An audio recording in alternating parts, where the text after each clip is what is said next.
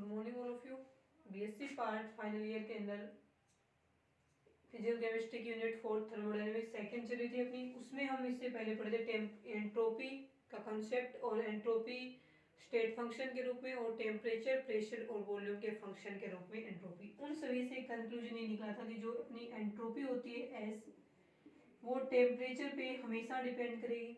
मतलब फंक्शन के रूप में दो के फंक्शन होता है ये हमेशा ही, या तो ये टेम्परेचर और वॉल्यूम का फंक्शन होगी या फिर ये टेम्परेचर और प्रेशर का फंक्शन होगी। ऐसा कभी नहीं होगा कि एंट्रोपी प्रेशर और वॉल्यूम का फंक्शन हो और वहां पे टेम्परेचर का नाम ही नहीं है और दो ही रहने हैं। ये भी नहीं होगा कि तीनों का फंक्शन होगी एक साथ में, या तो इन दोनों का होगी या फिर इन दोनों का होगी, ऐसा कभी नहीं होगा। तो इसका मतलब जो एंट्रोपी होती है वो हमेशा ही टेम्परेचर पे क्या करेगी, डिपेंड करेगी। हो सकता है वो टेम्परेचर के साथ साथ वॉल्यूम पे डिपेंड करे, हो सकता है वो टेम्परेचर के साथ साथ में प्रेशर पे डिपेंड करे। आगे समझ में? तो हम कहेंगे जो अपनी एंट्रोपी है वो किस पे डिपेंड करेगी, टेम्परेचर पे डिपेंड करती है। ठीक है, अब देखें इस एंट्रोपी वाले में और क्या लिखा जाएगा।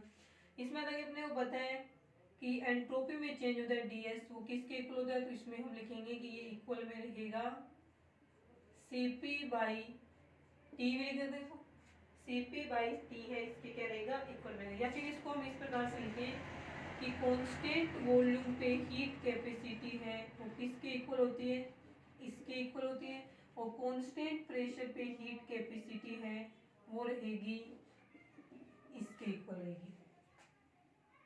आगे सॉरी डीटी वाला है, अवकलन क्या हुआ है, इसके इक्वल रहेगी। ठीक है, और नॉर्मल जो एंट्रोपी है उसको हम किसे लिखते हैं, इसको हम लिखते हैं डी क्यू रिवर्सिबल अपॉन में टी। इससे हम नॉर्मल जो एंट्रोपी में चेंज होता है उसे शो करते हैं।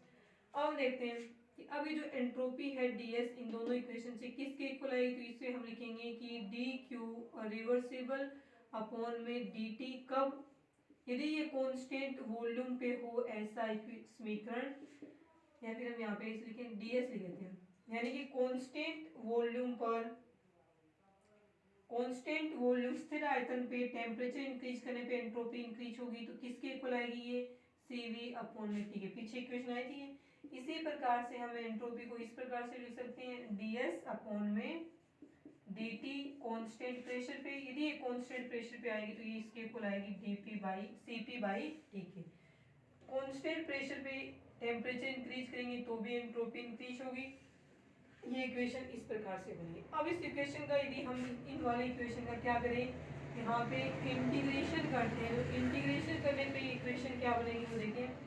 इंटीग्रेशन करेंगे तो ds से तो क्या बन जाएगा, डेल एस बन जाएगा। डेल एस क्यों बना है, क्योंकि ये एक स्टेट फंक्शन है, एंट्रोपिक स्टेट फंक्शन है कैपिटल लेटर्स में, तो यहाँ पे ये डेल आएगा।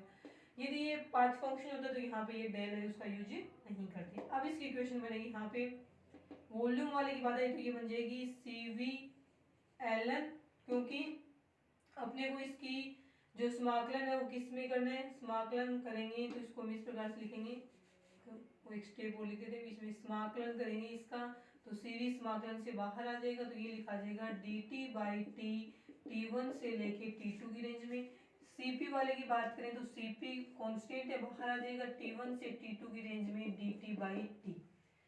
अब इन दोनों इक्वेशन को जब हम सोल्व करेंगे तो अपने को इसका जो रिजल्ट मिलेगा वो मिलेगा इस प्रकार से, del S is equal to CV ln T2 by T1, और इससे क्या निकलेगा CP ln T2 by T1।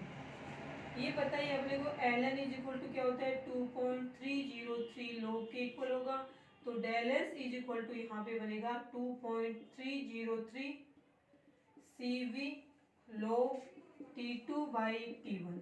और इस इक्वेशन से क्या आ जाएगा, मतलब ये दोनों पूरा इक्वेशन है इसके इक्वल है और ये इसके भी इक्वल रहेगा CP ln T2 by T1।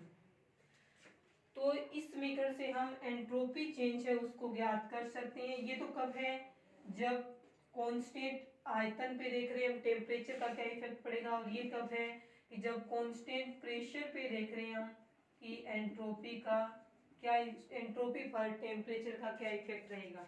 तो लास्ट वाली जो अपनी समीकरण बनी है, इस समीकरण से हम टेम्परेचर पे या सॉरी एंट्रोपी पे टेम्परेचर के इफेक्ट को देख सकते हैं।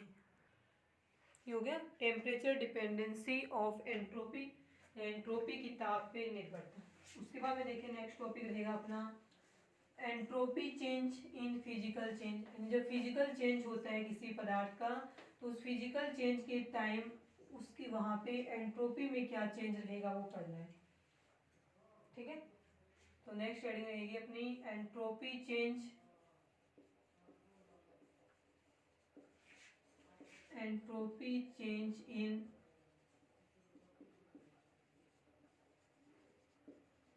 Physical change, entropy change in physical change. ठीक है, भौतिक परिवर्तन में एंट्रोपी का परिवर्तन है वो यहाँ पे देखना है। भौतिक परिवर्तन का मतलब है कि केवल फिजिकल प्रॉपर्टीज या केवल पदार्थ की जो भौतिक अवस्था होती है, जैसे ठोस से द्रव में जाना, द्रव से गैस में जाना, इन अवस्थाओं में वो क्या होता है, परिवर्तन होता है। पदार्थ के केमिकल कंपोजिशन में या उसकी केमिकल प्रॉपर्टीज में कोई भी चेंज नहीं होता है। आगे समझ में तो हम देखेंगे इसके अंदर देखें किस प्रकार से एंट्रोपी यानी कि जो स्टेट चेंज होती है पदार्थ की तब उसमें जो उसकी एंथैल्पी और उसकी एंट्रोपी में क्या रिलेशन रहेगा। तो सबसे पहले हम देखते हैं कोई पदार्थ है वो सॉलिड स्टेट से लिक्विड स्टेट में आ गया, तो जिस टेम्परेचर पे आया है उस टेम्परेचर को हम Tm से लिख देंगे या Tf से लिख देंगे, क्योंकि सॉलिड से लिक्विड में आने को हम फ्यूजन भी बोल देते हैं और मेल्टिंग भी बोल देते हैं।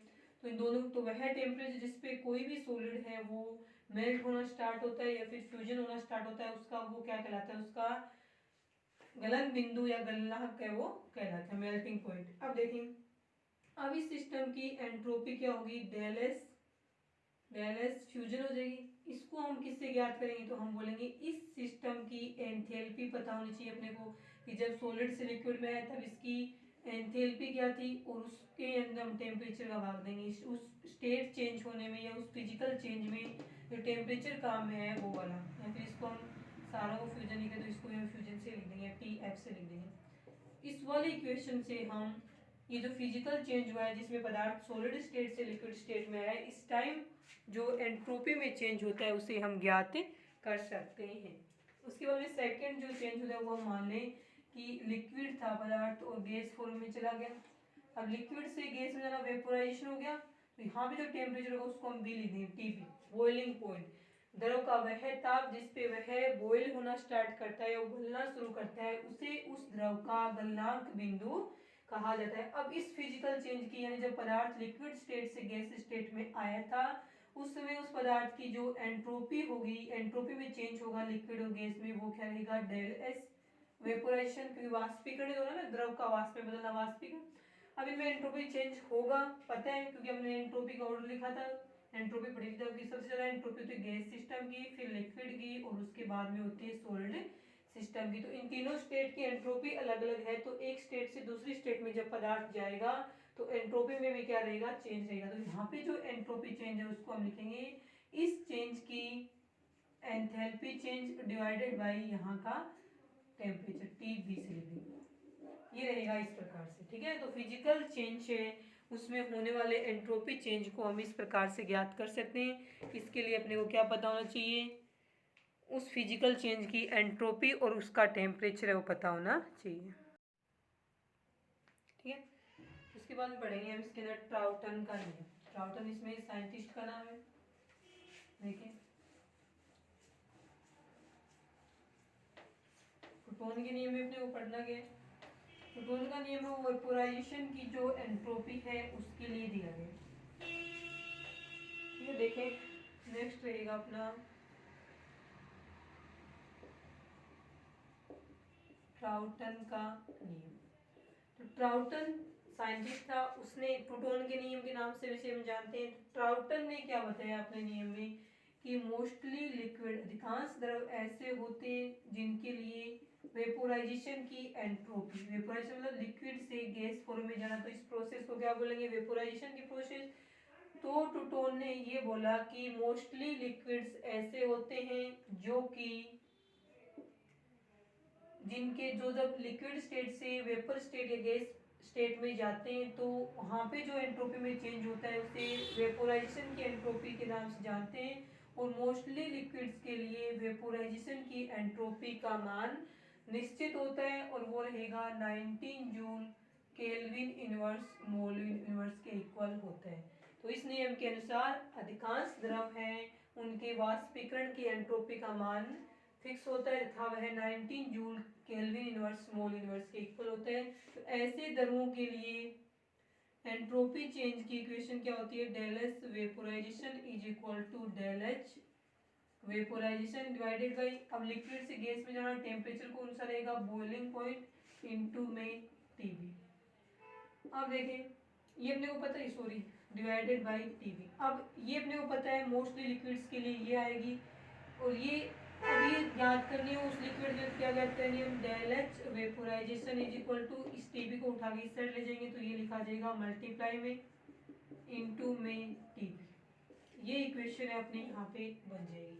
आगे समझ में, तो del H vaporization is equal to del S vaporization into में टीबी। तो यदि हमें इसका वैल्यू अपने को पता है ये कितना देगा, 19 joule kelvin inverse mole inverse into में टीबी, और ये किसके इक्वल रहेगा, डेल एच वेपोराइजेशन के।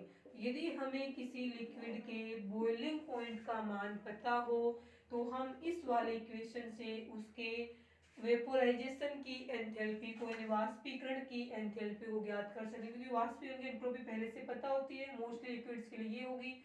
और उस लिक्विड का यदि हमें बॉइलिंग पॉइंट पता हो तो इस इक्वेशन से हम उसके वाष्पीकरण की एंथैल्पी का मान ज्ञात कर सकते हैं। आगे समझ में, ये रहेगी इस वाले के अंदर समीकरण। अब देखते हैं समीकरण ये जो नियम है वो कब लागू नहीं होता है।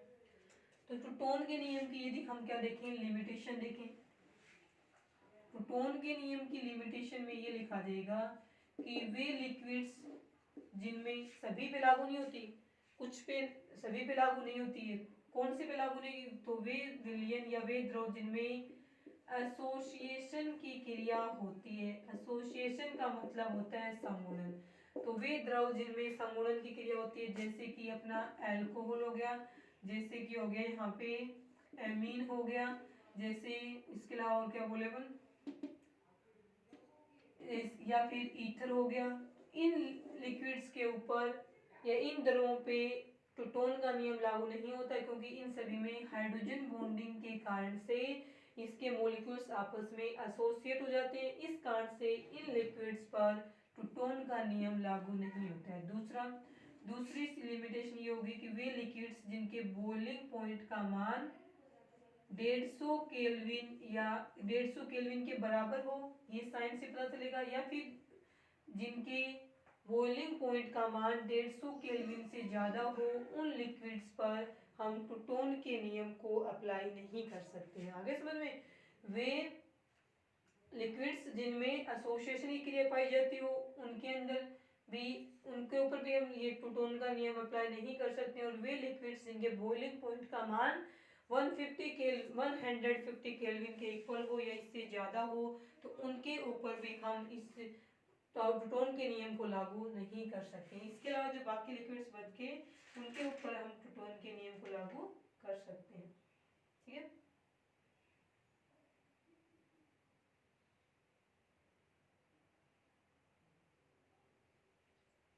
इसका एक क्वेश्चन देखें, टूटोन वाले नियम का क्वेश्चन देखें। इसका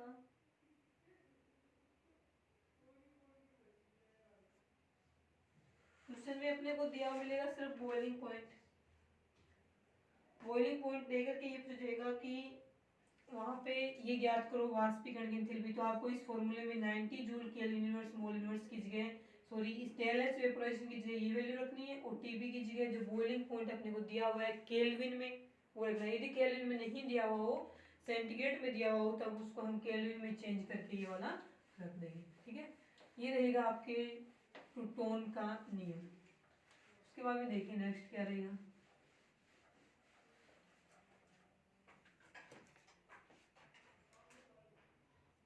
ठीक है, नेक्स्ट देखें क्लासेस इन इक्वेलिटी।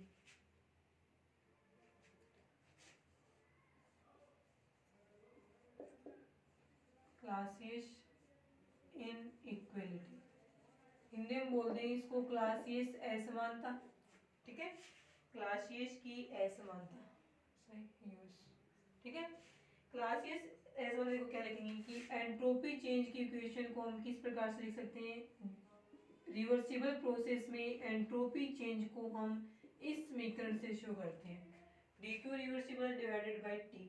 लेकिन ये क्या है, एक समानता की समीकरण है, ये एक, जबकि ये क्या है, ये क्लासेस की असमानता है, और ये वाली समीकरण क्या है, क्लासेस की समानता समीकरण होती है, जिसे हम, जो कि सिस्टम की उत्क्रमणीयता पे आधारित है, उत्क्रमणीयता है, उत्क्रमणीयता पे आधारित है। इसका पता इस बात से लेगा कि इस इक्वेशन में ये डेल क्यू रिवर्सिबल लिखा है, डी क्यू रिवर्सिबल का मतलब है कि रिवर्सिबल प्रोसेस की एंट्रोपी।